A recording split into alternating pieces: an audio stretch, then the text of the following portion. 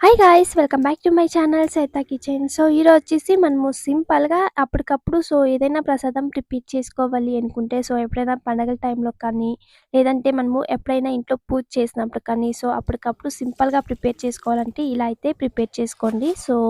First అయితే మనము ఫ్రూట్స్‌ని కట్ చేసుకుందాం. యాపిల్ తీసుకుంటున్నా ఫస్ట్. సో, దీన్ని నేను చేసే క్వాంటిటీకి హాఫ్ అయితే తీసుకుంటున్నా. ఇలా అయితే సన్నగా కట్ చేసుకోవాలి. ఇలా కట్ చేసుకునేసి ఒక ప్లేట్‌లోకైతే తీసుకునేద్దాం. ఇలా ఒక ప్లేట్‌లోకి తీసుకునేసి ఇప్పుడు 2 బనానా తీసుకుంటున్నా నేను. ఇలా బాగా పొండి మాగిపోవాలి బనానాస్ అయితే.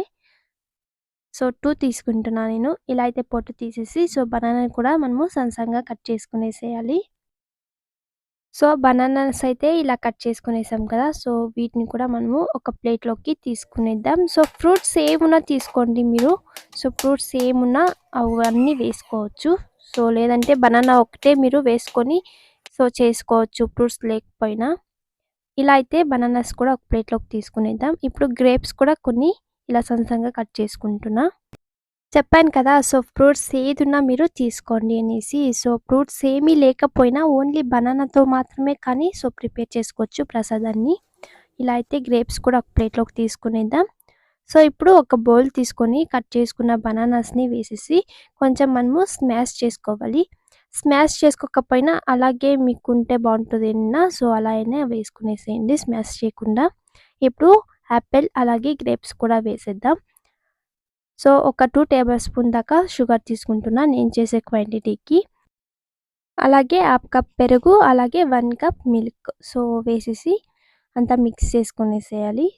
కొంచెం ఇది చిన్న బౌల్ అయిపోయింది. కొంచెం పెద్ద బౌల్‌లోకి వేసేసి మిక్స్ చేసుకునేద్దాం.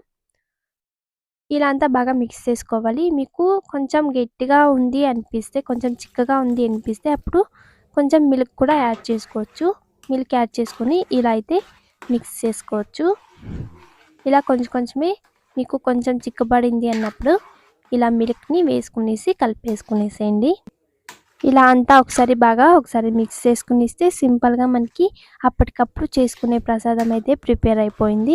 మీకు ఫ్రూట్స్ అనేది ఏమీ లేకపోతే ఓన్లీ బనానా ఉంటే చాలు. బనానాతో అయినా ఇలా ప్రిపేర్ చేసుకోవచ్చు సింపుల్‌గా. ఇంకా మీకు ఫ్రూట్స్ అనేవి ఇంకా ఎక్కువుంటే ఇంకా కొన్ని మీరు ఫ్రూట్స్ అనేవి యాడ్ చేసుకోవచ్చు ఈ ప్రసాదంలోకి. ఇలా సింపుల్‌గా మీరు ప్రిపేర్ చేసుకునేసేయండి అప్పటికప్పుడు. ఏదైనా పూజ కానీ, పండగల టైంలో కానీ ఇలా అయితే ప్రసాదాన్ని ప్రిపేర్ చేసుకుంటే సూపర్ ఉంటది. ఇంట్లో వాళ్ళు కూడా ఇష్టంగా తింటారు. ఇంకా ఇది గైస్ ఈరోజు రెసిపీ వచ్చేసి చూసారు కదా! ఫైనల్‌గా అయితే మనము సర్వ్ చేసుకునేద్దాం.